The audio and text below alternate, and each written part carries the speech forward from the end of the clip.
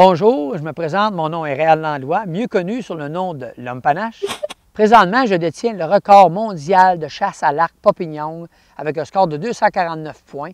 Écoutez, c'est assez spécial d'être capable de récolter un orignal de Maine à 8 pieds avec 2 caméramans en arrière. On ne sait pas ce qui va se passer. On a un arc, et il peut nous charger, il peut arriver n'importe quoi. Ça a été la plus belle aventure de ma vie.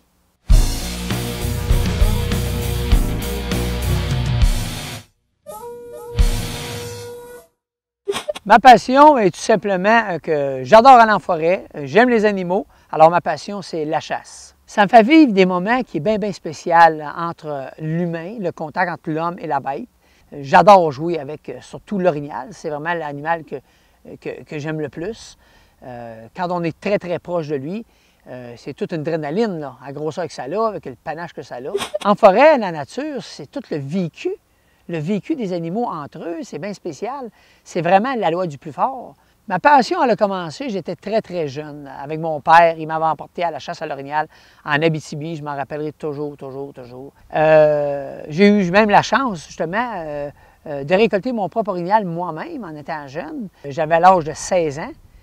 C'est là que j'ai pris vraiment la piqûre. Quand je vous dis la piqûre, là, c'est d'entendre cet animal-là répondre. Il y avait un monsieur qui s'appelait le colleur de la gang, comme on dit.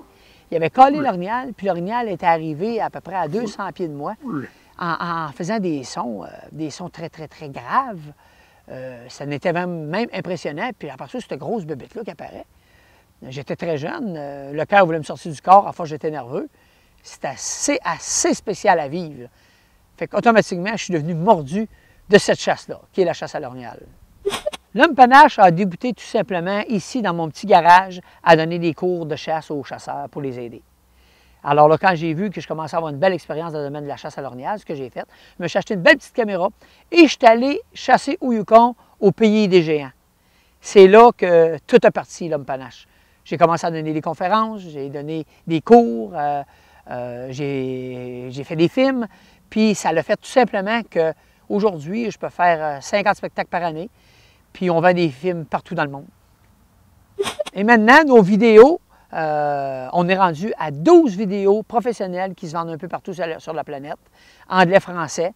Je peux dire que... Puis il y a beaucoup d'extraits qui sont sur notre site web qui est hommepanache.com. Et mes vidéos, ben c'est pas compliqué. On est rendu à plus de 100 000 copies de vendues. Notre page YouTube, et on a dépassé le 2 millions de vues. Et puis mon rêve, je l'ai réalisé justement. L'histoire du record du monde qui m'appartient, ça a été le plus grand rêve de ma vie. Puis je l'ai eu parce que je le voulais.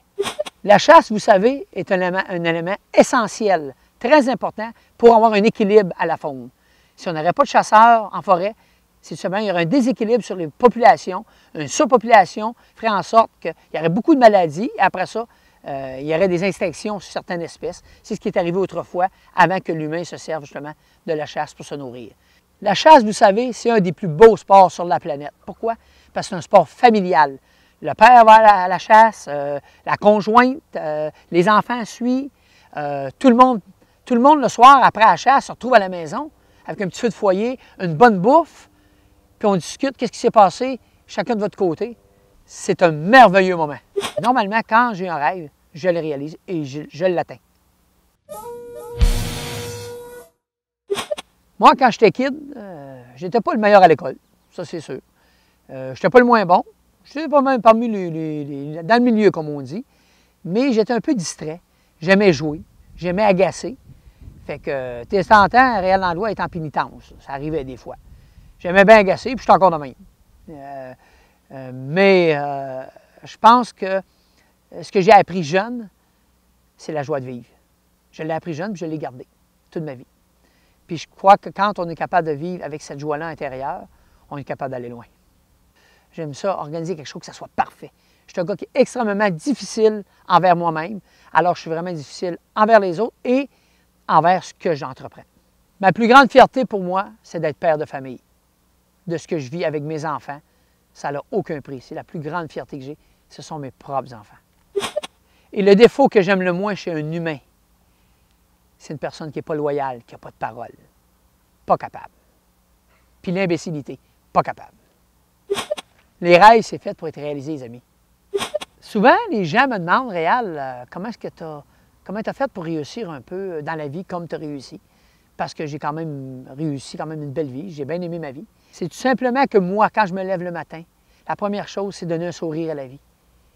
Je me lève le matin, j'ai encore une belle vie, on ne sait pas ce qui va se passer, je vais la créer, ma vie. C'est quoi que je vais faire aujourd'hui? C'est quoi que je veux dans l'avenir? Alors, je visualise, j'y pense, j'y crois. J'y crois dur comme du fer, puis je vais y croire tant aussi longtemps que je n'ai pas touché. C'est comme ça qu'on réussit à réaliser nos rêves. Il n'y a rien d'impossible dans la vie. À travers tout mon vécu, j'ai réussi à transmettre ce qui est le plus important, c'est ma passion. J'ai réussi à faire vivre à d'autres chasseurs les mêmes émotions que moi. Le rêve de tout chasseur, récolter un orignal au Yukon.